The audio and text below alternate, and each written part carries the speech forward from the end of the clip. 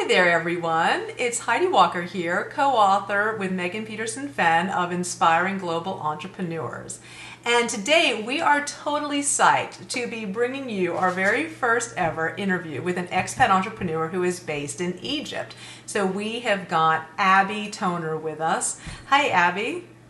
Hi there, how are you? Great, great. Thank you so much for being available to speak with us today. Thank you for having me. Pleasure, pleasure. We are so excited. Abby reached out to us actually, gosh, just before the end of last year and told us about what she was working on in connecting the women of Cairo, which is where she's based at the moment with her husband and her family. And she has actually, in the months since we've been working on actually connecting with an interview, her idea has actually expanded even further. And she is now collaborating with a group of women on bringing to life a natural parenting center in Cairo, which is something that doesn't currently exist. So we're so excited to hear her story. She's at the beginning stages of it. And we hope that by Abby sharing her story of what it's like to kind of try and get started, take something from an idea to a social network to actually, the future being a bricks and mortar actual business, that others hearing her story will also be inspired to bring their ideas to life in a similar way. So Abby, thank you so much for being willing to share with us where you are at this stage in the process. Sure, my pleasure. So, Abby, you and I were just talking before we jumped on and started recording our call, but one of the things that I'm really interested in hearing from you is, what really was that process that you went through when you realized, okay, I've got the interest from the Facebook page, the social networking side. Shall I do something more with this? What was that process like for you, and how did you come to that stage? Sure. When I, the Facebook page of what is actually called Cairo Mommies, a simple page that I've put together to attract people to share information about scientific parenting, natural-based parenting, breastfeeding, etc.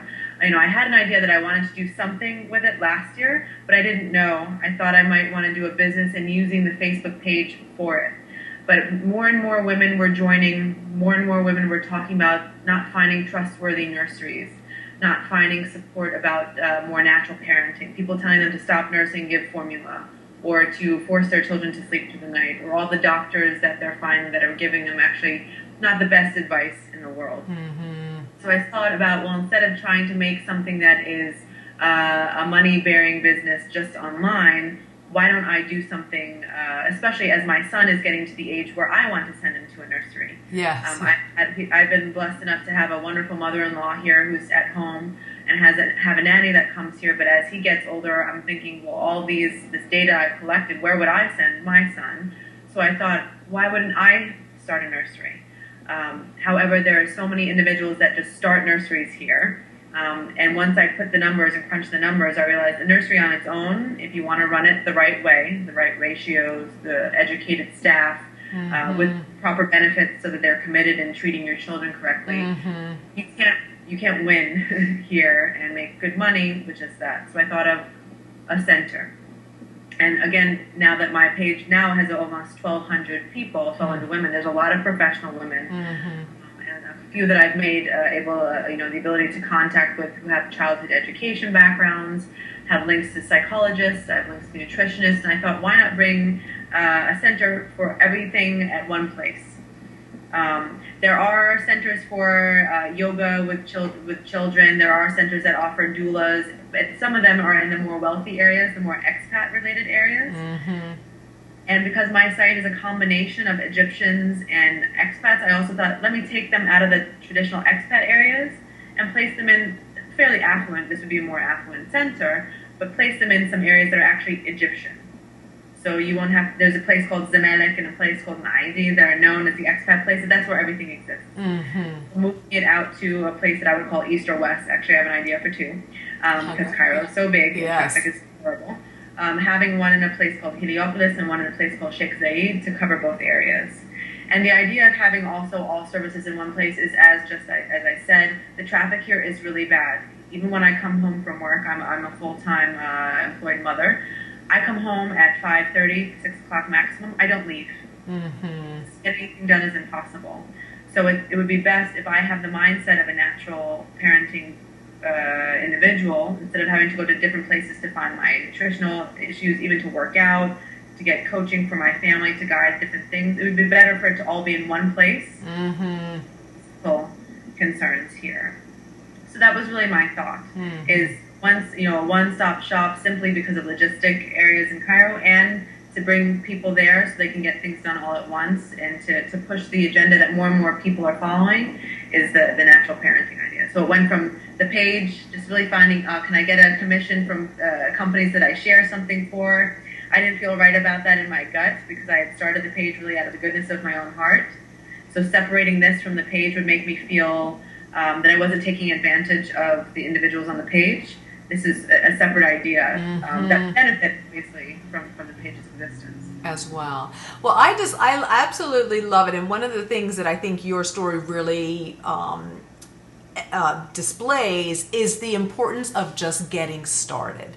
You had that initial idea. So from that initial seed of the idea, to launching the Facebook page, I think it's that piece of being okay with what the unknown element, and not necessarily knowing what might come of something, but being willing to see what might happen. And it's just fascinating to me to see what's come from, literally a social network, and where you might take that. So there's a couple of examples, especially the really active Amsterdam Mamas group in our book, and they are doing some really great things. In fact, they're on our Facebook page too, and I just love they do like a market, and highlighting crafts makers and lots of, and also Amsterdam, a small business network too. Lots of great things happening there, so you might want to check them out on our Facebook page, and also from the book.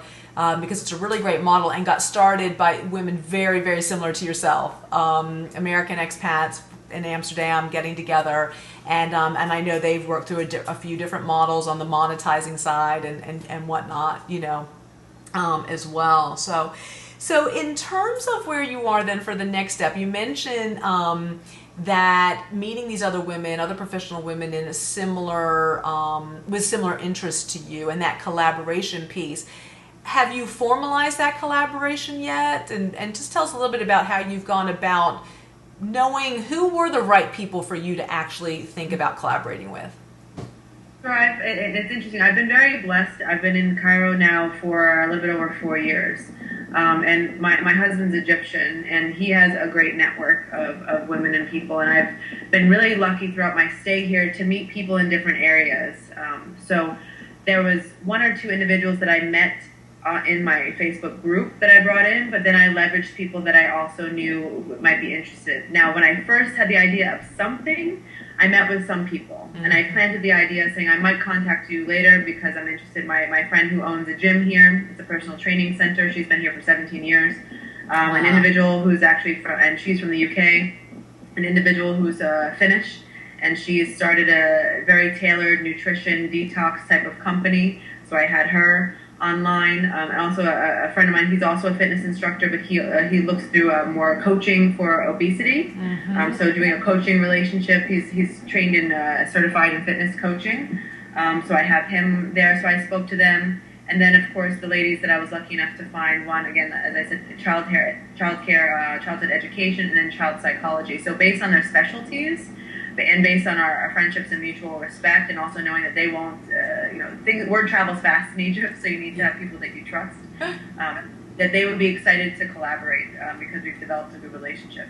We're still looking at, again, I believe something like nutrition and fitness might come secondary, but they're planning their ideas now. I set up a business framework, a thought that I had, the philosophy elements, and then I shared it with them in a meeting, and I asked them to provide their inputs of what they'd be most interested in. I would rather have people tasked with interest to start with. And then the last meeting that I had with two of the girls who are also moms, some of them are mothers and others aren't. We had a meeting kind of while our kids were at a play area and talking about prioritizing activities for the next month, the data that we need. So we parsed out, we assigned data based on connections. So myself, I know people in the real estate industry. Okay, I'll take care of looking at the prices. Somebody else is connected to nurseries because she just has a part-time job there. She's going to talk talk to people about salaries. How are people trained if they are not? So tasking people that way because people are so busy. Yeah. And then we were supposed to meet last Friday. Unfortunately, I was ill. So, oh no. Yeah. We had gotten, actually no, sorry, it's Thursday night. We had time out without our kids to focus more, and one person had to do something, and then I was sick. So we're trying to find the right time to meet. So that's the other thing too, has been finding the right time. But I think we're getting there. I think we're slowly, we're all owning our piece.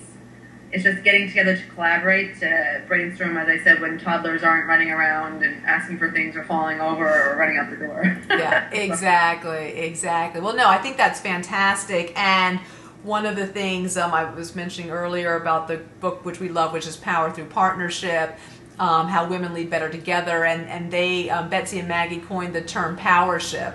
So it's great to hear an example of powership taking place there in Cairo. And also another message from our book, which was really about that importance of just being social. You know, getting out there and you finding those connections with people, whether or not you have a goal for where those connections may be, where it may end up or not, but just how important that is as expats for our, for your, just really for your livelihood, and to really help you to settle in. So it sounds as though, even though you have your husband is Egyptian, that's also been a really important network for you to have, to make you feel that you're at home as well.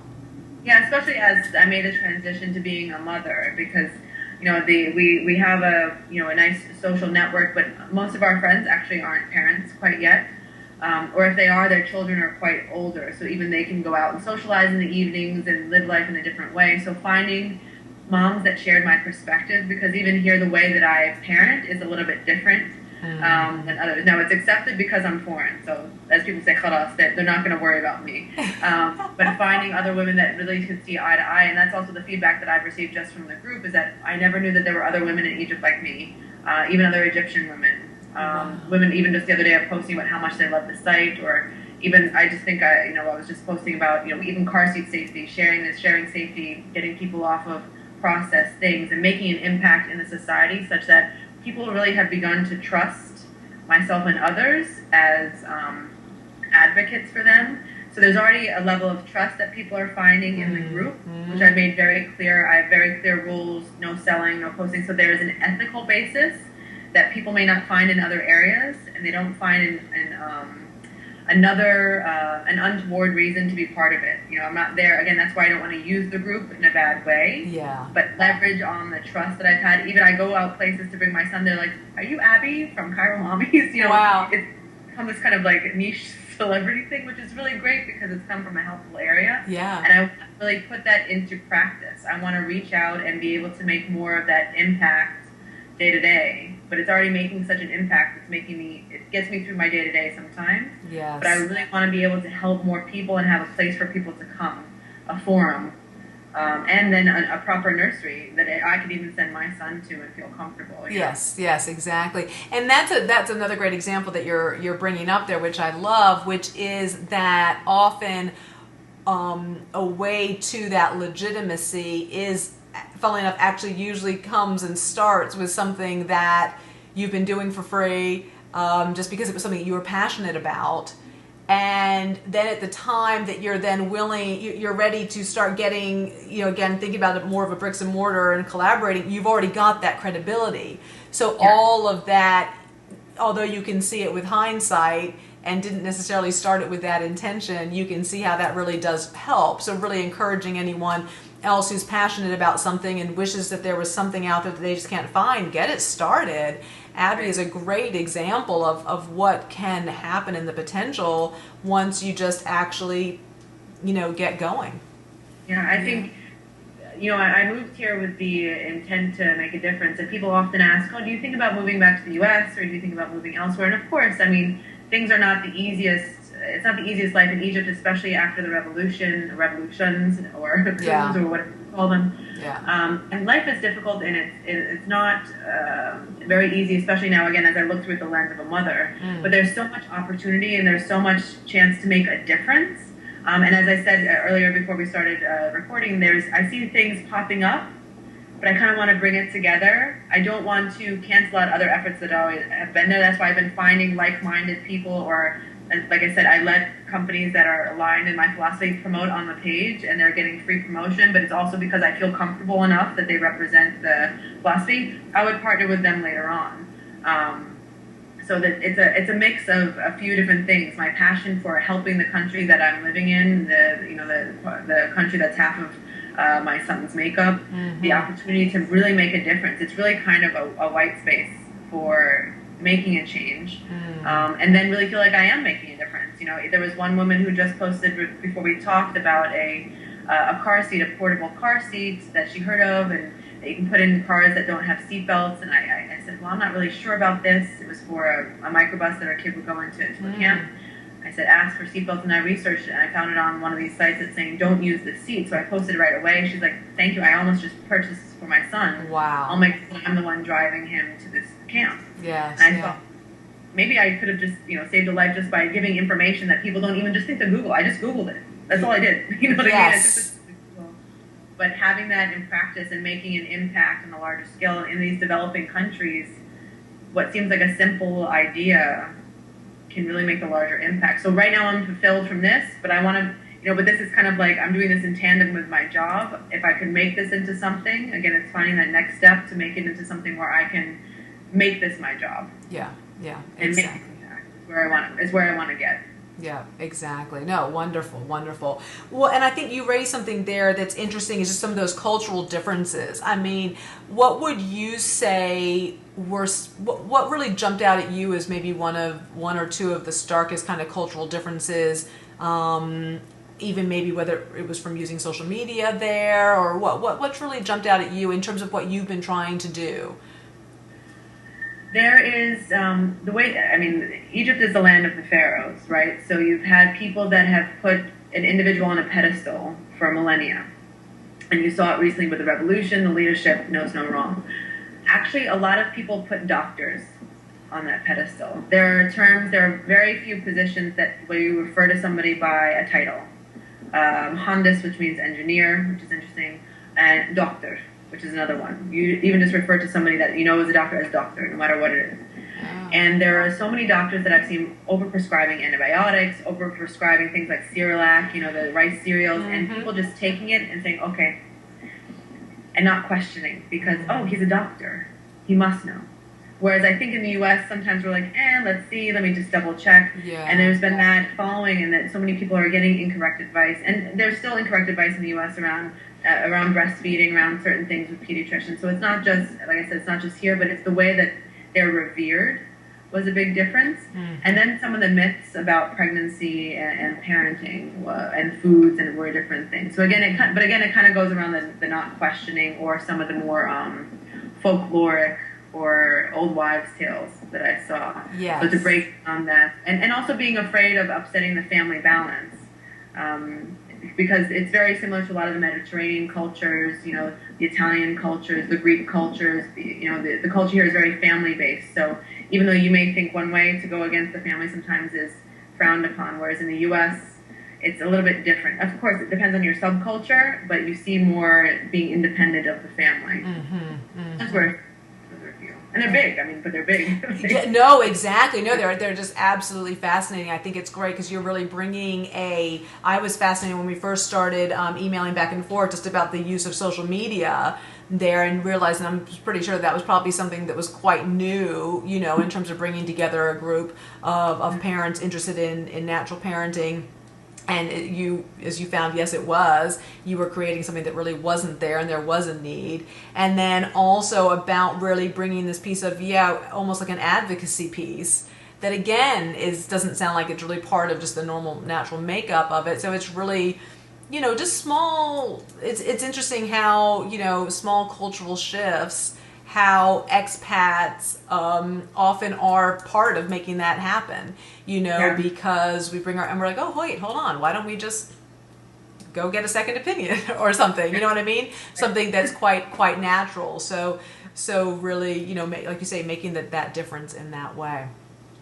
Well, as you're talking, it's just jumping out at me. I'm thinking it sounds to me as though the Women in the World conference just took place here in New York. That might be an organization you might want to look at for maybe some funding or something to bring your idea to life. They're doing some great things and really highlighting lots of different areas around the world. They had an amazing speaker from who had escaped from North Korea speaking there. Hillary Clinton was speaking there.